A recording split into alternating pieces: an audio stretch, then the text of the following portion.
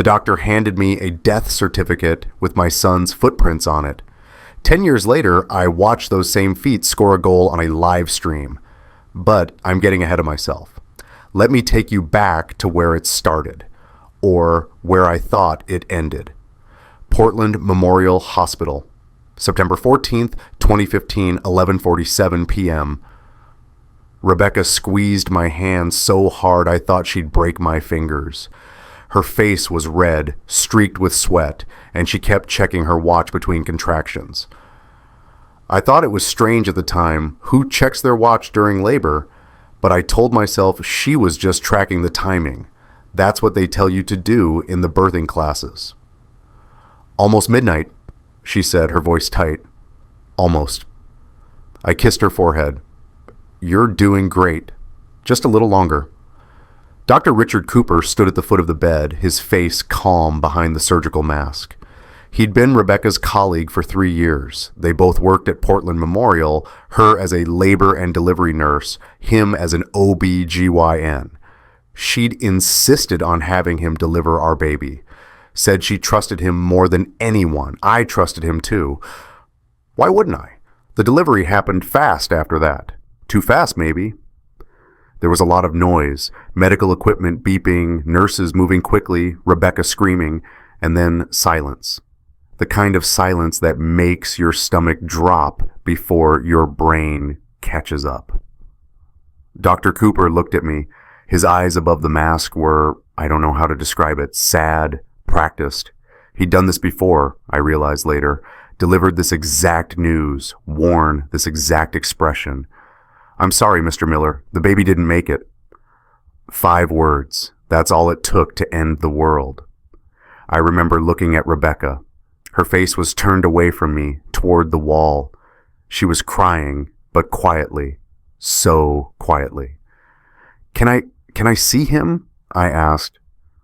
I don't think that's a good idea, Dr. Cooper said. His voice was gentle, clinical. Sometimes it's better to remember them as they were supposed to be. A nurse I didn't recognize brought over a small bundle wrapped in a blue blanket. She handed it to Dr. Cooper, and he held it for maybe 2 seconds before passing it to another nurse who disappeared through the door. Wait, I said. I want to... Rebecca's hand shot out and grabbed my wrist. Don't. Her voice was sharp, almost angry. Thomas, don't. I can't see him, please. So I didn't.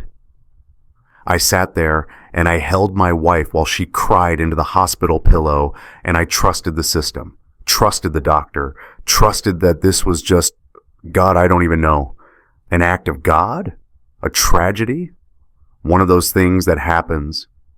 Dr. Cooper came back 20 minutes later with paperwork, a death certificate, official, stamped with the hospital seal. I looked at it, really looked at it.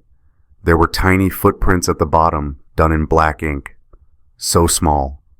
The left one was smudged, like the baby had moved while they were pressing his foot to the paper. Ethan Michael Miller, I read aloud.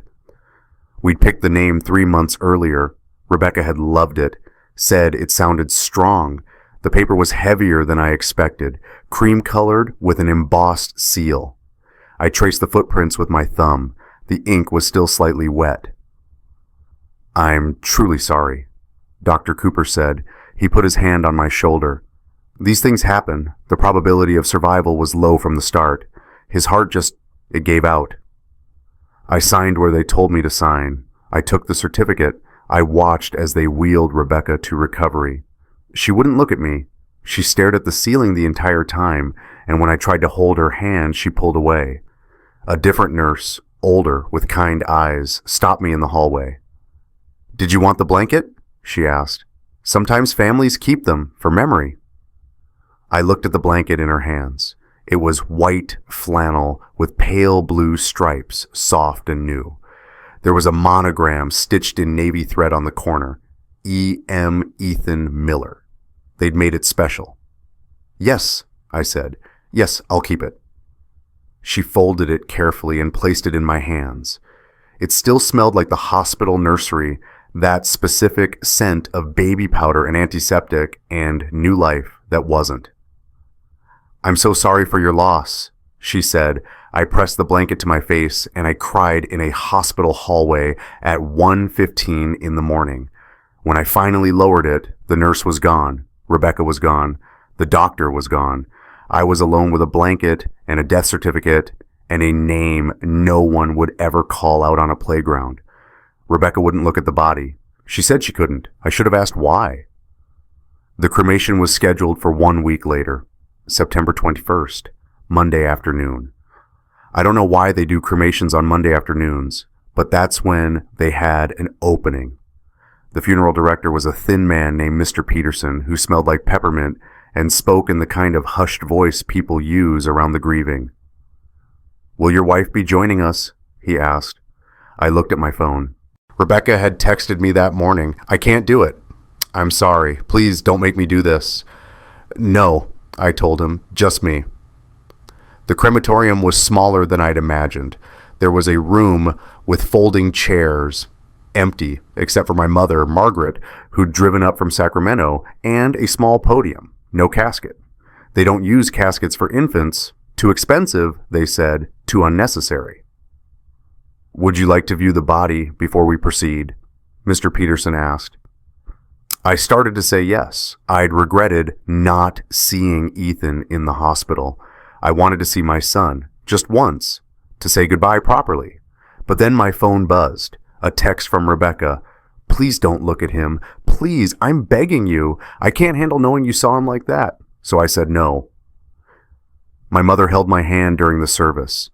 It wasn't really a service. There was no pastor, no music, just Mr. Peterson reading a generic poem about angels and heaven. It lasted maybe 15 minutes. "Do you want to keep the ashes?" he asked afterward. Yes. He brought out a small urn, dark blue ceramic about the size of a coffee mug. It felt too light. I held it in both hands, and it felt like it weighed nothing. "Sometimes people scatter them somewhere meaningful," he said, "or keep them on a mantle, whatever brings you comfort." I took the urn home, put it on the bookshelf in the living room between a photo of our wedding and a framed picture of Rebecca laughing at the beach. The blanket, the one from the hospital, I kept in a drawer, folded carefully, the monogram facing up. E.M. Rebecca came home the next day.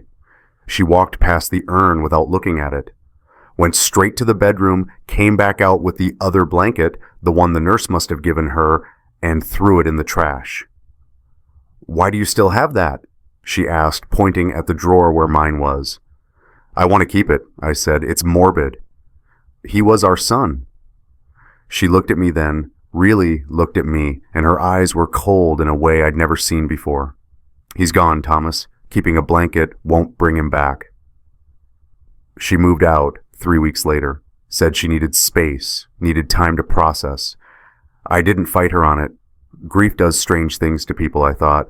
Marriages don't always survive the loss of a child. We were divorced by Christmas. I kept the blanket. Rebecca threw hers away the next day. Fast forward 10 years. September 2025, Denver, Colorado, my apartment. I'd moved from Portland 5 years earlier. New job, new city, new life. Software engineer for a tech startup. The kind of work where you can disappear into code and not think about the past. I didn't date. Didn't really have friends. Went to work, came home, ordered takeout, watched TV. It was a routine. It was safe. It was empty, but it was mine. Saturday afternoon. I was sitting on my couch with leftover Chinese food, scrolling through YouTube. The algorithm had gotten weird. It kept recommending me soccer videos, youth leagues, high school matches, that kind of thing. I wasn't a soccer guy, hadn't been since high school, but I clicked on one anyway. Seattle Youth Soccer League Championship, live stream. The video had maybe 200 views. 2 teams of 10-year-olds running around on a field, parents screaming from the sidelines, that chaotic energy that youth sports always have. And then the camera zoomed in on one kid. Number 7, tall for his age, brown hair, running toward the goal. He turned his head, just for a second. The camera caught his profile, and I saw it. The birthmark, Strawberry colored, left temple, shaped like, God, I described it to Rebecca when we first saw the ultrasound, shaped like a tiny handprint. My phone slipped from my hand. No, no, no, no. I picked up the phone, rewound the video, watched it again. The kid scored. The camera stayed on him while his teammates mobbed him. He was laughing, mouth wide open, gap between his front teeth. I paused it, zoomed in as far as the video quality would let me. The birthmark, same shape, same location. My hands were shaking. I took a screenshot, enhanced it. The image was grainy, but it was there. I checked the metadata. Seattle Youth Soccer League. Uploaded today. Streaming live from Roosevelt High School Athletic Field, Seattle. I opened my laptop, found Rebecca's LinkedIn. She'd blocked me on everything else. Facebook, Instagram, even email after a while. But LinkedIn she'd kept public. Professional networking. Current location, Seattle, Washington. Current position, labor and delivery nurse, Swedish Medical Center. She'd been in Seattle since 2017, 2 years after Ethan died. 2 years after Ethan died. I looked at the paused video. The boy, number 7, 10 years old, the birthmark. My son had that birthmark. They'd pointed it out on every ultrasound. Look, the technician had said, your baby's marked, special. I went to my bedroom, opened the bottom drawer. Under old tax returns and expired passports, I found it. The blanket, still folded, still with the monogram, EM. I went back to the living room, looked at the screenshot again. I'd been a software engineer for 15 years. I knew how to check things, verify data, follow threads. I downloaded the video, enhanced the audio. Someone in the background yelled, "Go, Ethan, go!" Ethan, my chest felt tight, like I couldn't breathe, like the room was tilting. No mistake, no coincidence, just my son, alive. If you've ever seen something that made your reality crack, or had someone you trust lie to your face, leave "I remember" in the comments. You're not alone. I didn't sleep that night. By morning, I'd made 17 decisions and researched every single one of them. First, retrieve the death certificate. I hadn't looked at it in 10 years. It was in the safe, a small fireproof box I'd bought after the divorce. I kept important documents there: passport, social security card, deed to my condo, and a death certificate for a baby who might not be dead. I spread it out on my kitchen table. The paper had aged, cream-colored, turned slightly yellow. The embossed seal still visible. Certificate of death, it read. State of Oregon, County of Multnomah. Name of deceased, Athan Michael Miller. Date of death, September 14th, 2015. Time of death, 11:52 p.m. Cause, congenital heart failure. Attending physician, Dr. Richard Cooper, MD. Witness, R. Miller, RN. I stared at that last line. Witness, R. Miller, RN. Rebecca. Rebecca had witnessed the death certificate. She'd signed off on it. As a medical professional, as a nurse. The ink had faded to brown. 10 years in a safe, and I could still smell the hospital on it. Antiseptic and grief. I pulled out my old files from the divorce, found the joint insurance paperwork from 2014. There, Dr. Cooper's signature on a referral form. I held the two documents side by side. The signatures didn't match. Cooper's R was different. On the insurance form, the R looped twice. On the death certificate, it looped once. The slant was wrong too. On the insurance paperwork, his handwriting leaned right. On the death certificate, it was nearly vertical. My background was software, but I'd worked with enough QA testing to know details matter. Signatures are like fingerprints. They vary slightly, but the fundamental structure stays the same. This wasn't slight variation. This was different. I took photos of both documents, uploaded them to my laptop, ran them through a basic analysis tool, overlaid them, checked the pressure points, the stroke order, not a match. The attending physician's signature line had a notation I'd never noticed before. Small print, barely visible. Witness R. Miller, RN. Rebecca witnessed her own son's death certificate. I waited until 7 p.m. I knew Rebecca's schedule from the divorce. She used to work evening shifts, and people don't change that much. I pulled up Zoom, sent her a meeting link through LinkedIn messaging. Need to talk. Important, please. She joined 5 minutes later. Her face appeared on my screen. Same face. Older now, she'd turned 43 in June, but the same. Dark hair shorter than I remembered, wearing scrubs, her kitchen visible behind her, a kitchen I didn't recognize. Thomas, her voice was flat. What do you want? I need to ask you something. We're divorced. We don't need to... Did our son die? Silence. Her face didn't change, didn't even flicker. That's what got me. The absolute stillness. Yes, she said, you were there. I saw something yesterday, a video, a kid who looked... Thomas. She leaned forward. Her eyes were intense, focused, like she was trying to beam something into my brain through sheer force of will. You need to let this go. Ethan died. You were there. You held the death certificate. You went to the cremation. I didn't see the body. Because I asked you not to. Her voice rose. Because it would have destroyed you. I was protecting you. From what? From trauma. From, God, Thomas, are you hearing yourself? Our son died 10 years ago. What you saw was a random kid who happened to look similar.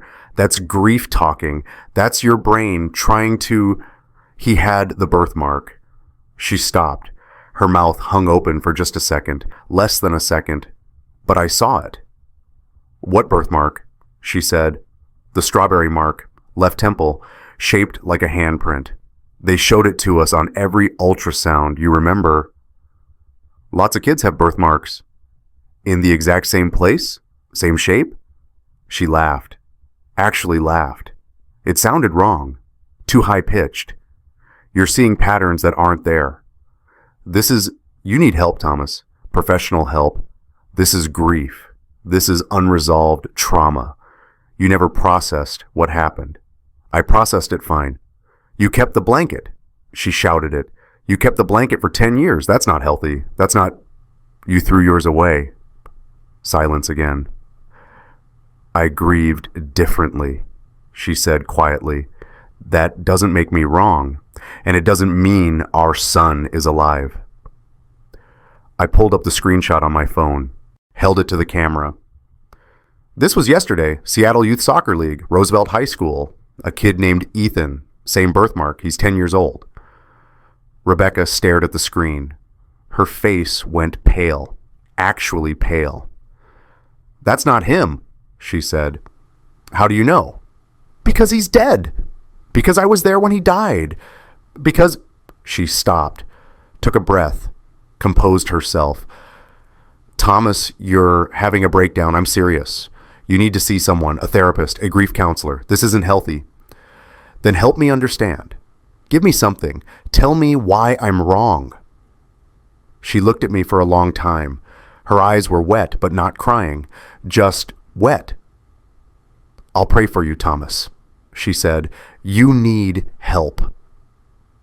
She'd never been religious before. She ended the call before I could respond. I sat there in the dark, looking at my reflection in the black screen. And I knew. I didn't have proof yet. I didn't have answers, but I knew. Something was very, very wrong. I hired a private investigator the next morning. His name was Brandon Hayes, former Seattle PD, now freelance. I found him through a Reddit forum, the kind of place where people share stories about tracking down deadbeat parents and long-lost relatives. His rates were reasonable. His reviews were good. He asked minimal questions. I need surveillance on someone, I told him over the phone. My ex-wife, and possibly a child. Custody dispute? Something like that. I'll need a photo, address if you have it, any known associates. I sent him everything, Rebecca's LinkedIn profile picture, her work address at Swedish Medical Center, the screenshot from the soccer video with the timestamp and location. Give me a week, Brandon said. It took him 5 days. We met at a coffee shop in downtown Denver. Brandon was in his 50s, gray beard, tired eyes, the kind of guy who'd seen too much and stopped being surprised by anything. He slid a manila folder across the table. "You were right," he said. "Your ex-wife lives in Seattle, Ballard neighborhood. Nice house, 3-bedroom. She owns it, or someone owns it. Deeds in the name of a Richard Cooper." My stomach dropped. "Richard Cooper?" "Yeah, doctor, OBGYN. Works at the same hospital as your ex. They've been living together for at least 8 years based on utility records and property tax filings."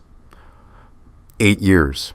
She'd moved to Seattle in 2017, 2 years after Ethan died.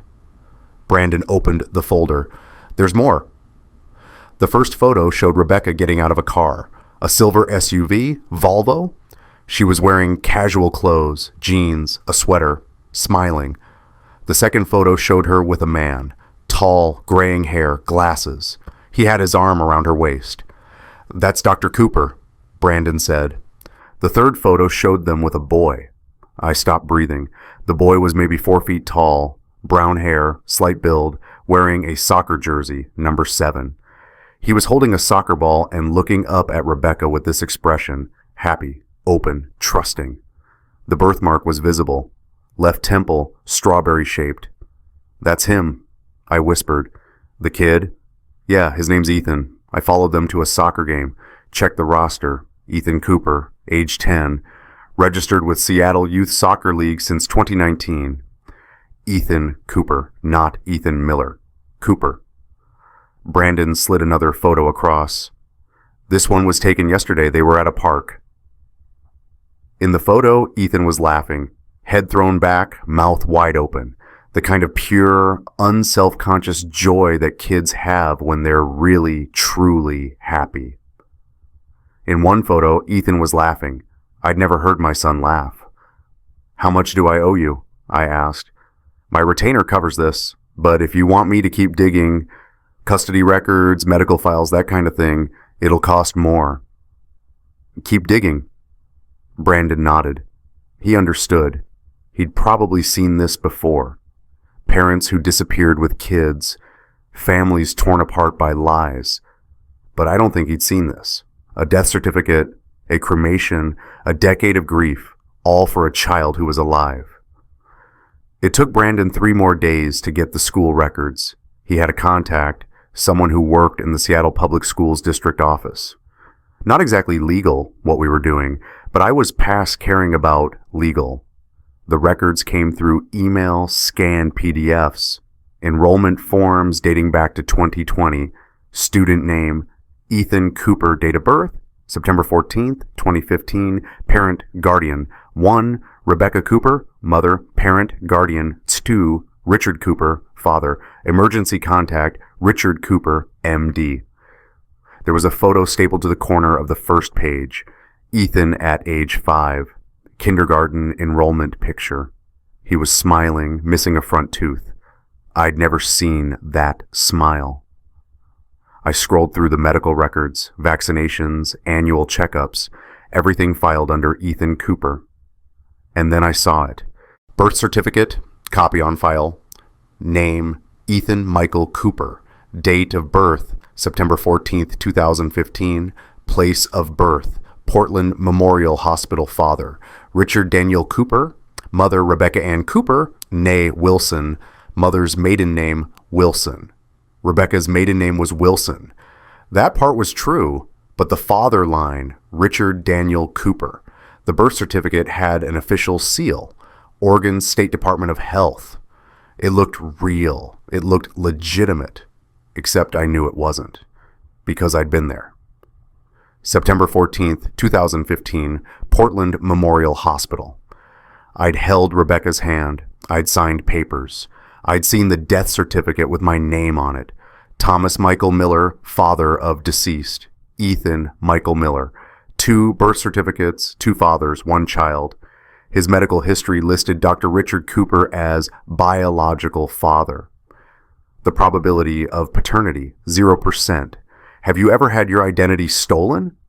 Imagine your child's identity stolen before he could even speak. I needed proof, real proof, scientific proof, DNA. I called Brandon.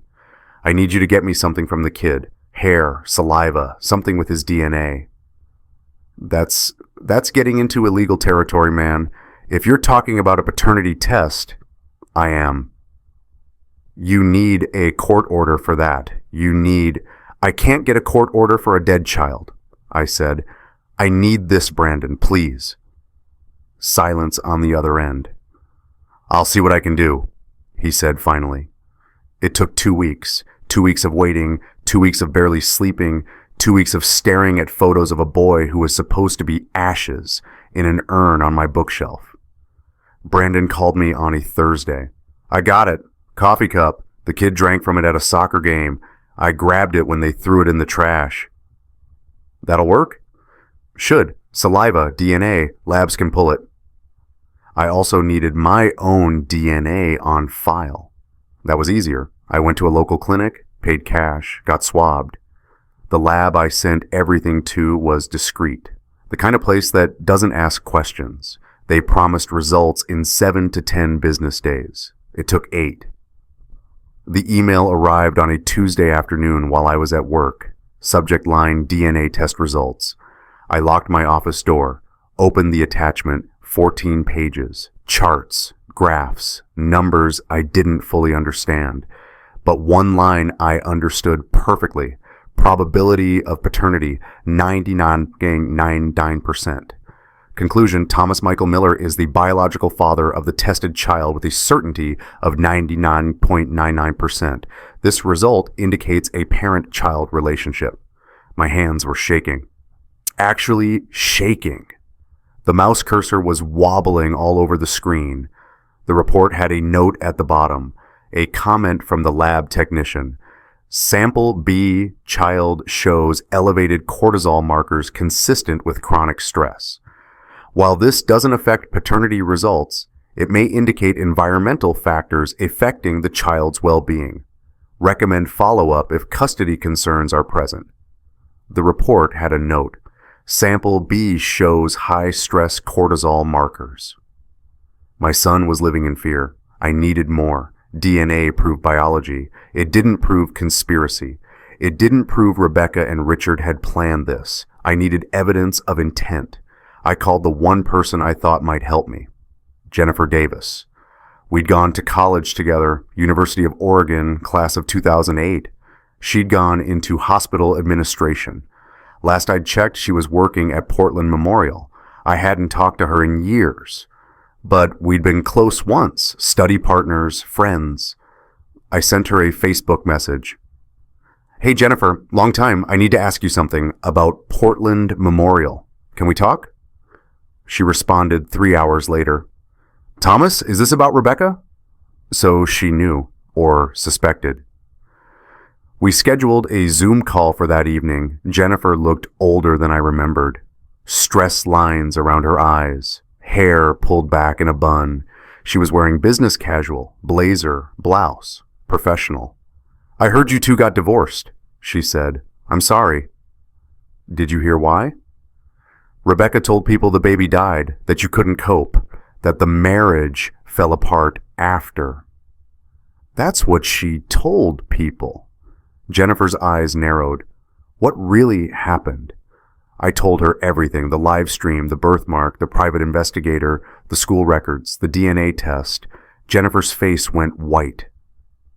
Jesus Christ, she whispered. I need to get into hospital records, I said. From September 2015, delivery logs, security footage, if it still exists. Anything that shows what actually happened that night. Thomas, I could lose my job. I could lose my license. What you're asking me to... My son is alive, I said. Rebecca and Richard faked his death. They stole 10 years from me. They made me believe... My voice cracked. Jennifer, please, I need your help. She stared at me for a long time. I'll see what I can find, she said. It took Jennifer 2 weeks. 2 weeks of radio silence. I thought maybe she'd changed her mind. Maybe the risk was too high. Then she called me. 2 a.m. I was awake. I was always awake anymore. I found something, she said. Her voice was shaking. Thomas, you need to come to Portland tonight. What did you find? I can't talk about this over the phone. Can you get here by tomorrow? I booked a flight that left at 6 a.m. Jennifer met me at Portland Memorial at midnight. The hospital was quiet, just the night shift skeleton crew. She'd arranged for us to access the IT room after hours. Security footage gets stored on a backup server, she explained as we walked through empty hallways. Most people don't know it exists. The main system purges after 90 days, but the backup keeps everything for 10 years. Hospital policy, legal liability protection. We reached a door marked IT authorized personnel only. Jennifer had a key card. Inside, rows of servers hummed in the climate-controlled room. She sat down at a terminal and started typing. I've been looking through September 2015 footage, she said. Labor and delivery wing. I found something. She pulled up a video file, black and white. Timestamp September 11th, 2015. 11:53 p.m. The camera angle was from a ceiling corner. Fisheye lens, a hospital supply closet. Two people entered the frame, Rebecca and Dr. Cooper. Jennifer turned up the volume. The audio was tinny but clear. Rebecca's voice, "We can't keep doing this. Someone's going to notice." Richard's voice, "Not if we're careful. We've been careful." Thomas is starting to ask questions about us, about why I'm always working late. So tell him you're working late. He believes everything you say. For how long? What happens when the baby comes? What happens when he's home all the time and I'm trying to... We'll figure it out. No, Richard, we need to end this. Either I leave Thomas or we stop. Silence on the video. Richard moved closer to Rebecca, put his hands on her waist. There's a third option, he said. Rebecca, what? Richard, we make sure there's no baby to explain. The video continued for another 30 seconds, Rebecca pulling away, Richard following, their voices dropping too low to hear clearly. Then they left the supply closet together. Jennifer paused the video. I couldn't breathe. There's more, she said. Check the pharmaceutical logs for that week. She pulled up another file. Medication dispensing records. September 12th, 2015. Rebecca Miller, RN, checked out Pitocin, labor induction, 20 million ill. Reason, patient LK, room 347. September 13th, 2015. Rebecca Miller, RN, checked out Pitocin, 15 ml. Reason, patient MR, room 512. September 14th, 2015, Rebecca Miller, RN, checked out Pitocin, 25 ml. Reason, personal use, self-administered early labor. Personal use? I said. Jennifer nodded. She induced her own labor. 3 days early, she made sure she went into labor during Richard's shift. The video was black and white, fisheye lens. Rebecca's face was grainy but unmistakable. Audio crackled. We can't keep doing this unless there's no baby to explain. Jennifer said, "What? There's more. Check the pharmaceutical logs for that week." We spent 3 more hours going through files. Jennifer found emails, hospital internal system, messages between Rebecca and Richard dating back to 2014. The IT admin had left them on the backup server by mistake. Or maybe not by mistake. Maybe someone wanted them found someday. Jennifer pulled up the most recent ones first. From Rebecca, millerportlandmemorial.org to richard.cooper, portlandmemorial.org. Date, September 5th, 2015. Subject, re-insurance. $250K life insurance policy on the baby. Thomas set it up last month. Said he wanted to make sure we're protected in case anything happens. Split 60-40 from richard.cooper, portlandmemorial.org to rebecca.miller, portlandmemorial.org. Date, September 6th, 2015. Subject, re-insurance. 60-40 works. I'll handle the death certificate. You handle Thomas. Your husband will never look for a dead baby. He's too weak. That's why you married him. I had to stand up, walk away from the computer. My hands were fists. Thomas, Jennifer started. Keep reading, I said. She scrolled through more emails, plans, details. how Rebecca would induce labor early, how Richard would make sure he was the attending physician, how they'd tell me the baby died, how they'd forge a new birth certificate listing Richard as the father, how they'd move to Seattle after a grieving period to avoid suspicion, how they'd split the insurance money. The last email was dated 2 days ago from Rebecca to CooperSeattleMedical.org. She'd changed her email to Richard, CooperSeattleMedical.org. Subject, he knows Thomas called me. He saw Ethan on a live stream. He's asking questions. What do we do? From Richard.CooperSeattleMedical.org to Rebecca.CooperSeattleMedical.org. Cheat.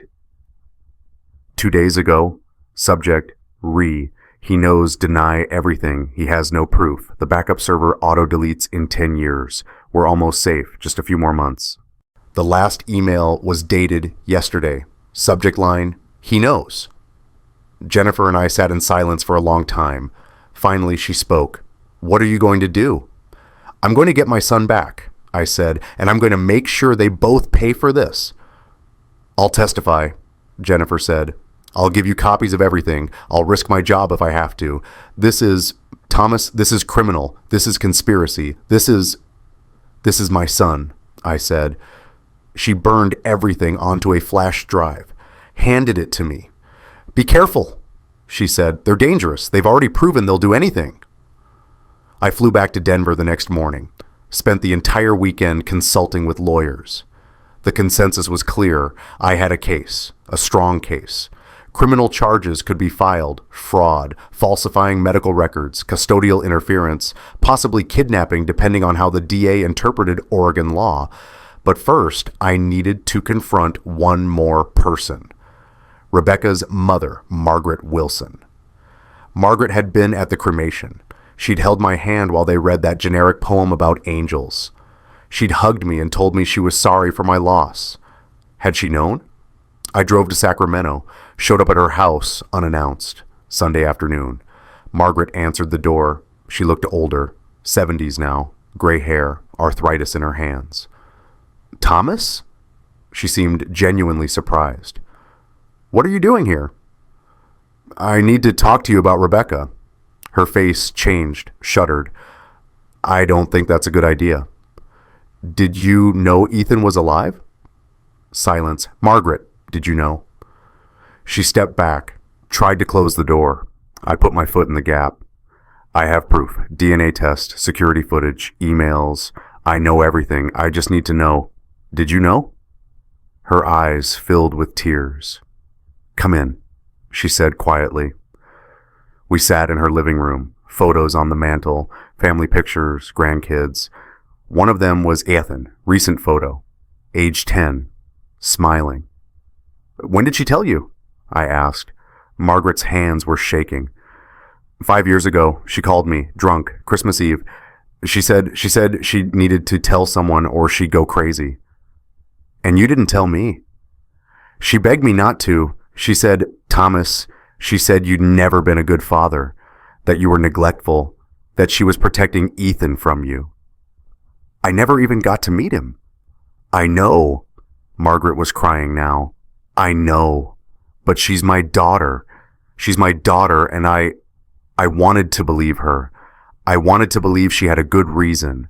I wanted to believe. She got up, went to a drawer, pulled out a journal.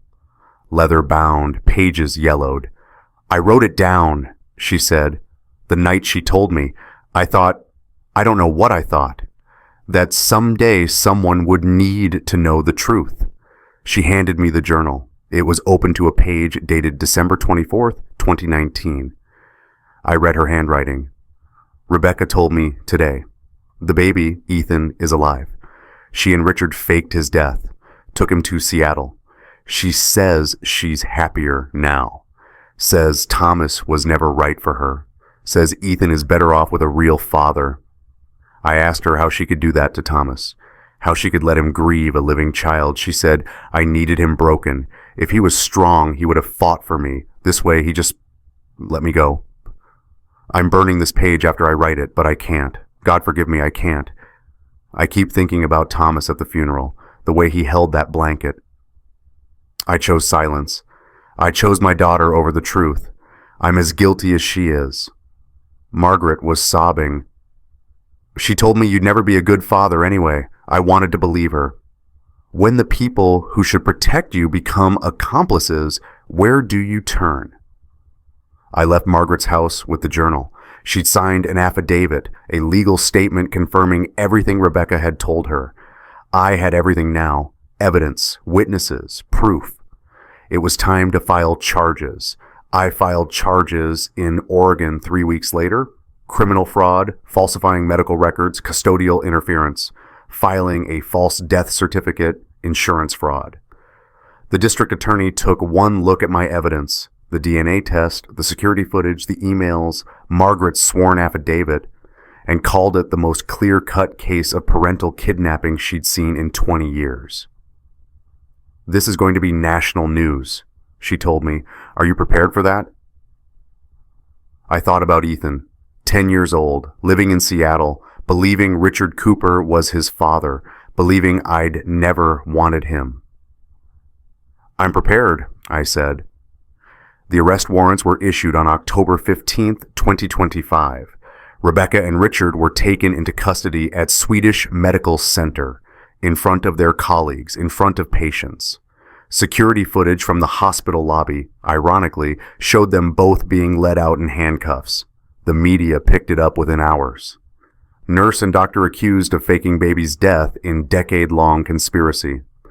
Seattle couple charged with kidnapping, fraud after father discovers dead, son alive. DNA test unravels hospital love affair cover-up. My phone wouldn't stop ringing. News outlets, podcasts, documentary producers. I ignored all of them. I had one focus: getting my son back. The preliminary hearing was scheduled for November 3rd, Multnomah County Courthouse, Portland, Oregon. I sat in the gallery with my lawyer, a family law specialist named David Richardson, who'd taken my case pro bono after reading the news coverage. This is the kind of case that changes precedent, he told me. This is the kind of case that matters. Rebecca and Richard sat at the defense table with their lawyers. Rebecca wore a conservative navy dress. Richard wore a suit. They both looked small, diminished. Nothing like the authority figures they'd been in that hospital room 10 years ago. The judge was a woman in her 60s named Judge Patricia Sanchez. She'd been on the bench for 30 years. She'd seen everything. She hadn't seen this. The prosecution presented first. The DA, Assistant District Attorney Lisa Chen, stood and addressed the court. Your Honor, this case is about the systematic, premeditated theft of a child and a decade-long conspiracy to defraud both the victim and the state of Oregon. The defendants, Rebecca Cooper, née Miller, and Dr. Richard Cooper, conspired to fake the death of Rebecca's biological son, Ethan Michael Miller, in order to collect life insurance proceeds and facilitate their extramarital affair without consequence. She clicked a remote. A screen behind her lit up. The death certificate, projected 10 feet tall. This document, Lisa said, was signed by Dr. Cooper on September 14th, 2015. It lists the cause of death as congenital heart failure. It lists the time of death as 11:52 p.m. It was witnessed by Rebecca Miller, who was both the mother of the deceased and a registered nurse at the facility. She clicked again, the forged birth certificate, the one listing Richard as Ethan's father. This document was created approximately 6 months later. It lists Dr. Richard Cooper as the biological father of Ethan Michael Cooper, the same child who allegedly died 6 months prior. Click. The DNA report. This is a paternity test conducted by an independent laboratory. It shows a 99.99% probability that Thomas Miller, not Richard Cooper, is the biological father of the child known as Ethan Cooper. Click. The security footage, Rebecca and Richard in the supply closet. The audio played in the silent courtroom. We can't keep doing this unless there's no baby to explain. Someone in the gallery gasped. Lisa let it sit for a moment. The defendants planned this, Your Honor. They planned it 3 days before the child was born, and they executed it with the precision of medical professionals who understood exactly how to manipulate the system. She presented the pharmaceutical logs, the emails, the insurance payout records showing $250,000 deposited into a joint account under the name R. Cooper and Associates, split between Rebecca and Richard within 30 days of the payout. Finally, she called Jennifer Davis to the stand. Jennifer had dressed professionally, navy suit, hair pulled back. She looked terrified but determined. Ms. Davis, what is your position at Portland Memorial Hospital? I'm the Director of Medical Records and Compliance. And how long have you held this position? 8 years. In your professional capacity, did you have access to the hospital's backup server containing security footage from September 2015? Yes. And did you provide this footage to Mr. Miller? Jennifer hesitated, glanced at me, then back at Lisa. Yes, I did. Why? Because it was the right thing to do. Because a child was stolen and the evidence of that theft was sitting on our servers. Because... Her voice cracked. Because I couldn't let them get away with it. Rebecca's lawyer objected, tried to get the footage excluded, argued about chain of custody, about Jennifer's unauthorized access, about privacy violations. Judge Sanchez overruled him. The footage stays, she said. Continue, Ms. Chen. Lisa called me to the stand next. I walked up, placed my hand on the Bible, swore to tell the truth, the whole truth. Mr. Miller, Lisa said, can you describe the night of September 14th, 2015?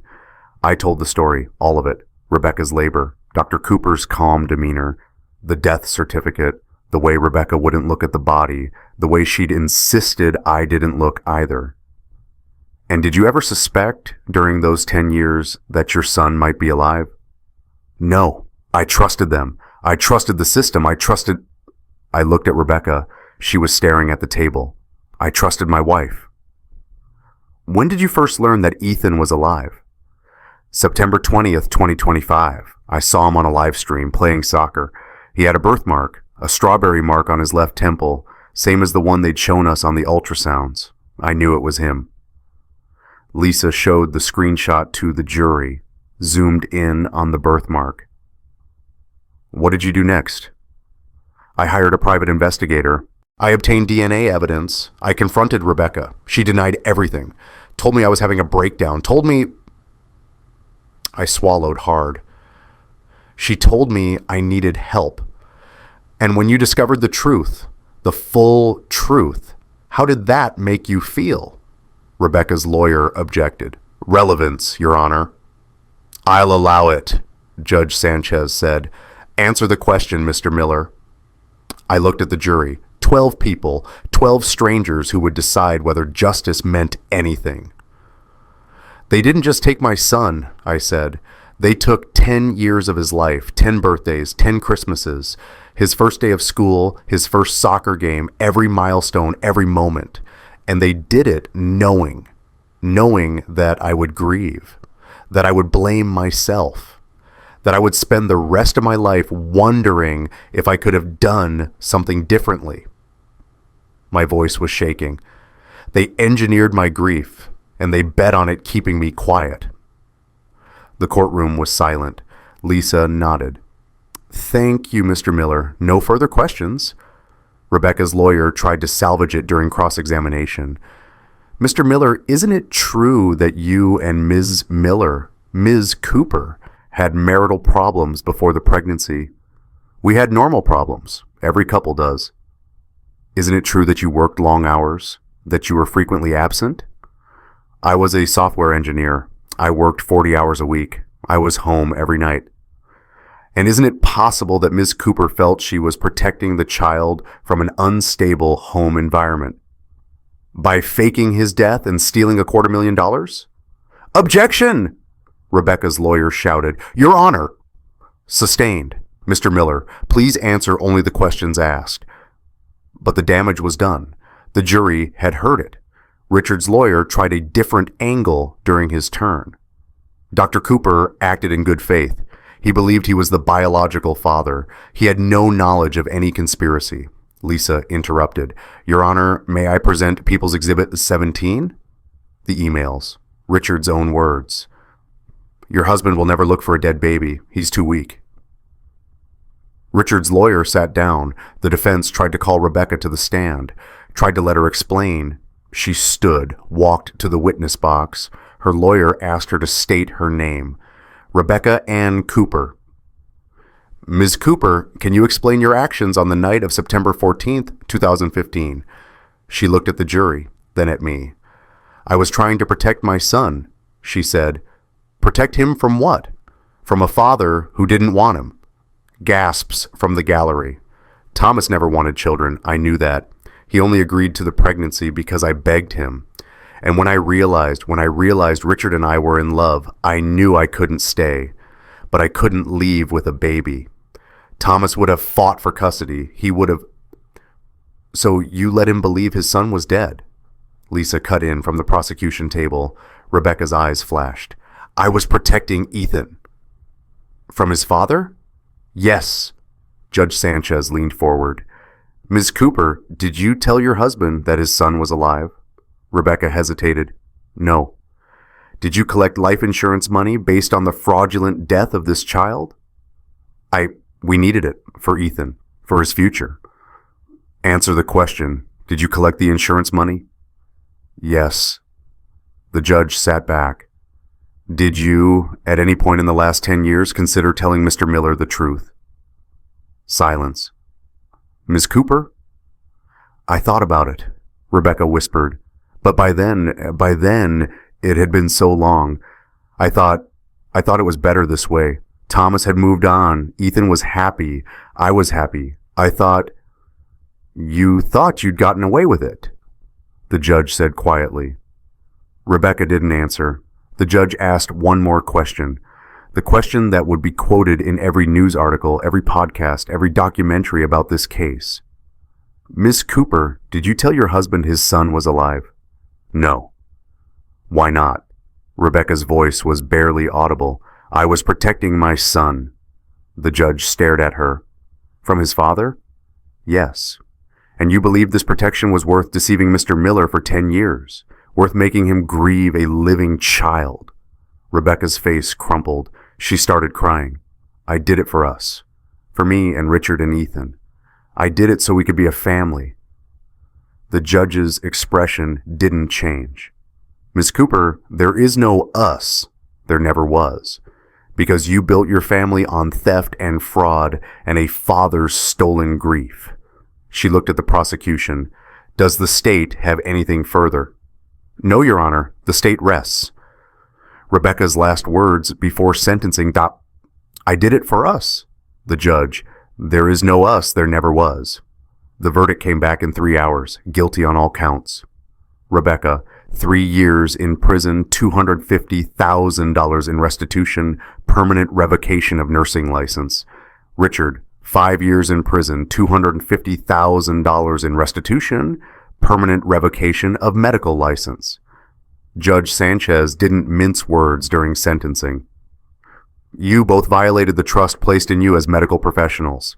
You conspired to defraud an insurance company, the state of Oregon, and, most egregiously, a father. You stole 10 years from Mr. Miller. You stole 10 years from Ethan, and you did it with premeditation, with planning, and with absolute callousness toward the harm you were causing. She looked at Richard. Dr. Cooper, you falsified a death certificate. You used your position of authority to perpetrate fraud. The medical board has already begun proceedings to permanently revoke your license. You will never practice medicine again. She looked at Rebecca. Ms. Cooper, you witnessed the falsification of your own son's death certificate. You collected insurance money based on that fraud. You allowed the father of your child to grieve for a decade while you built a new life. There is no sentence I can impose that will give Mr. Miller back those 10 years, but I can ensure you face the consequences of your choices. She banged the gavel. This court is adjourned. The consequences rippled out from there. Portland Memorial Hospital launched an internal investigation. 3 administrators were placed on leave. The ones who'd signed off on the lax backup server policies, the ones who'd failed to catch the pharmaceutical irregularities.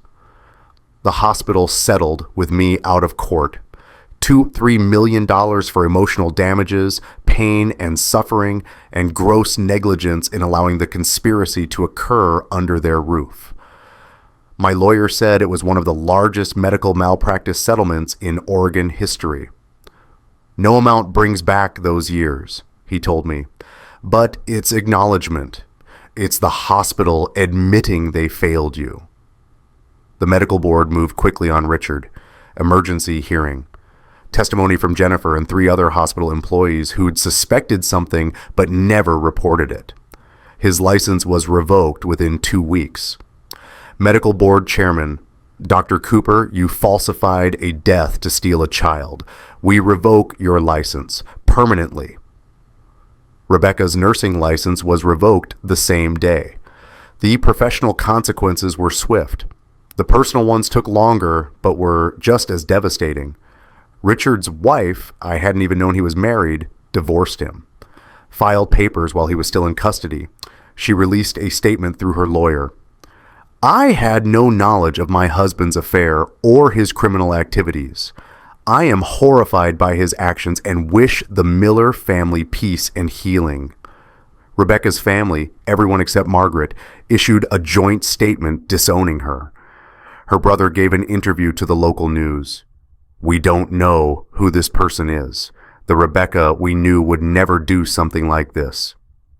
Margaret didn't disown her, but she testified against her in court, handed over the diary, told the truth. I have 2 daughters now, she told me after the sentencing, one in prison and one I never really knew. But the hardest part, the part that mattered most, was Ethan. The custody battle happened simultaneously with the criminal trial. Family court, emergency hearing. Child Protective Services had taken temporary custody of Ethan while the case was pending. He was placed with a foster family in Seattle, close to his school, close to his soccer team. They didn't want to disrupt his life more than necessary. I flew to Seattle for the custody hearing. My lawyer had prepared me. The court's priority is the child's best interest. You'll get custody, there's no question, but the judge may order supervised visitation at first. Ethan doesn't know you. From his perspective, you're a stranger. I'm his father. You are. But he's been told for 10 years that Richard was his father. He's been told, we don't know what he's been told about you. The judge will likely order family therapy, counseling for Ethan, a slow reintegration process. The hearing was closed. Family court, no media. Just me, my lawyer, the CPS representative, and the judge. Judge Martinez was younger than Judge Sanchez, 40s maybe. Kind eyes. She read through the file, all of it. The DNA test, the criminal conviction, the evidence. Mr. Miller, she said, I've been a family court judge for 12 years. I've never seen anything like this. Neither have I, Your Honor. The court finds that you are the biological and legal father of Ethan Michael Miller. Full custody is granted to you, effective immediately. However, my heart sank. However, I'm ordering a 6-month transition period with mandatory family therapy. Ethan will need time to adjust. He's going to have questions. He's going to be angry, confused, possibly traumatized. You'll need support. He'll need support. I understand. Do you have a stable home, employment, the resources to care for a 10-year-old? Yes, I have a 3-bedroom condo in Denver. Stable job. The hospital settlement will help with whatever he needs. Judge Martinez nodded. CPS will monitor for the first 6 months. After that, assuming the transition goes smoothly, you'll have full, unsupervised custody. She looked at me. Mr. Miller, I can't imagine what you've been through, but I want you to understand. Ethan has been through something too. He's a victim in this just as much as you are, maybe more. He's lost the only father he's ever known. He's learning that his entire life was based on a lie. He's going to need patience and grace and time. I know, I said. I've been waiting 10 years. I can wait a little longer. They arranged the first meeting for the following week. CPS office, neutral territory, a therapist present, Dr. Sarah Klein, specializing in childhood trauma. I arrived early, sat in the waiting room. My hands wouldn't stop shaking. And then he walked in. Ethan, 10 years old, brown hair, blue eyes, my eyes, the birthmark on his left temple. He was wearing a soccer jersey. Number 7, he looked at me, didn't recognize me. Why would he? Ethan, Dr. Klein said gently, this is Thomas Miller. I know who he is, Ethan said. His voice was small, quiet. We sat down in Dr. Klein's office. She set up the room to be comfortable. Beanbag chairs, books, toys. Less clinical. Ethan sat in a chair across from me. Wouldn't look directly at me. Ethan, Dr. Klein said, Mr. Miller wanted to meet you, to talk to you. Is that okay? Ethan shrugged. I didn't know where to start. Hi, I said. He looked up. Hi. Silence. I know this is confusing, I said, and I know you probably have a lot of questions. Did you really not know I was alive? He asked suddenly. My throat tightened. No, I didn't know. They told me you died when you were born, and I believed them. Why didn't you look for me? Because I thought you were dead. God, this was hard. I thought you were gone. I grieved for you for 10 years. I never stopped grieving. Ethan was quiet for a long time. Are you mad at me? He asked finally. My heart broke. I knelt down, got eye level with him. Mad at you? Buddy, I've been looking for you for 10 years. You're the only thing I've ever wanted. His eyes filled with tears. They said you didn't want me. They said you gave me up. They lied. I wanted you before you were born. I want you now. I'll want you forever. Ethan started crying. Really crying. Dr. Klein looked at me, nodded slightly. I opened my arms. Ethan hesitated. Then he crossed the space between us and let me hold him. He was solid, real, alive. My son was alive. 6 months later, Father's Day weekend, June 2026. Ethan had moved to Denver in January. Slow transition. Therapy twice a week. Individual for him, family for us, trauma counseling for both.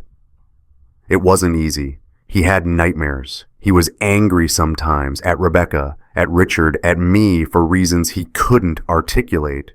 Dr. Klein said it was normal. Said he was processing a decade of lies. But there were good days too. He'd started calling me Thomas instead of Mr. Miller. Not Dad yet. Dr. Klein said not to push it, said he'd get there when he was ready. He joined a soccer team in Denver, asked to keep number 7. Why 7? I'd asked him. He'd shrugged. Mom, Rebecca said it was a good number. I don't know why. I didn't tell him it was my number. That Rebecca had remembered. That even in her betrayal, there'd been this tiny thread of, what? Sentimentality? Guilt? It didn't matter. Father's Day morning. Ethan knocked on my bedroom door. Thomas? He said. Can we go to the park? Yeah, of course. Can I bring something? What? The blanket. The one you showed me with my initials. The blanket. I'd shown it to him a month after he moved in. Told him I'd kept it for 10 years. That I'd never let it go.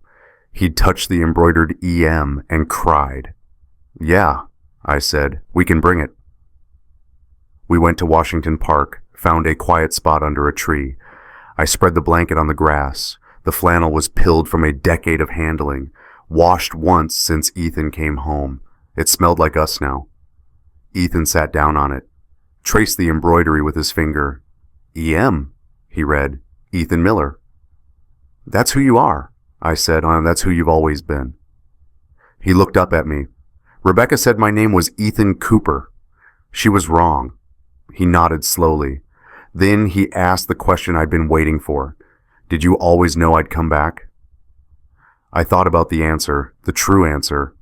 I didn't know, I said, but I hoped. Every single day for 10 years, I hoped. Ethan was quiet. He plucked at the grass. Then he said, "Can I tell you something?" "Anything." "I'm glad you found me." My eyes stung. "Me too, buddy. Me too." He shifted closer, not quite touching me, but close. "Thomas?" "Yeah? Can I—" He hesitated. "Can I call you Dad someday?" I had to look away so he wouldn't see me cry. "Whenever you're ready," I said. "There's no rush." "But you want me to?" "More than anything." He nodded, seemed satisfied with that answer. We sat there for a while, the blanket beneath us, the 10 years between us starting to close. Ethan pointed at the embroidery again. "EM," he said. "You kept this the whole time? Even when you thought I was—" "I kept it," I said, "because some things don't stay buried, Ethan." He looked at me. "What do you mean?" "I mean—" I chose my words carefully. "I mean that truth always finds a way. That love doesn't disappear just because someone tries to hide it. That some things, the important things, they're stronger than lies, stronger than time, stronger than anything."